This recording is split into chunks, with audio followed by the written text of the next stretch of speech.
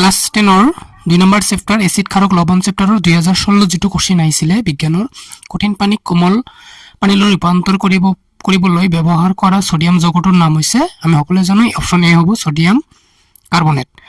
অজীৰ্ণতা চিকিৎসাৰ বাবে তলৰ কোনটোৰ ঔষধ ব্যৱহাৰ কৰা হয় এটো অম্লনাশক অপচন সি ইজ ৰাইট। খাদ্যবস্তু ভৰাই ৰখা পাত্ৰবোৰত টিনৰ প্ৰলেপ দিয়া হয় জিংকৰ নহয় কিয়নো জিং টিনতকৈ অধিক সক্ৰিয় অপচন সি ইজ ৰাইট। এটা দ্ৰব্য ৰঙালীত মাছ নীলা কৰিছে ইয়াত pH ৰ মান হ'ব 10 হ'ব।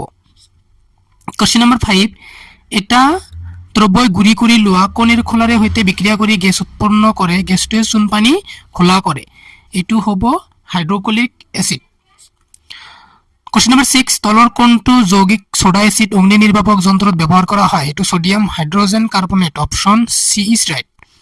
তলৰ কোনটো গ্ৰানেন্দিক সূচক vanilla option C is right. দন্তকৰ ক্ষেত্ৰত তলৰ উক্তি কেইটা বিবেচনা কৰা এটো অপচন 8 pH ৰ মান 5.5 ৰ তলত হলে দন্তকৰ সূচনা হয় এটো সঁচা কথা কৈছে।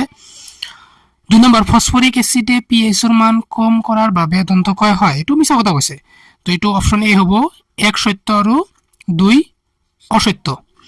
তলৰ কোনটো যৌগক সোডা এসিড অগ্নি নিৰ্বাপক যন্ত্ৰত ব্যৱহাৰ কৰা হয় এটো option D is right sodium hydrogen carbonate.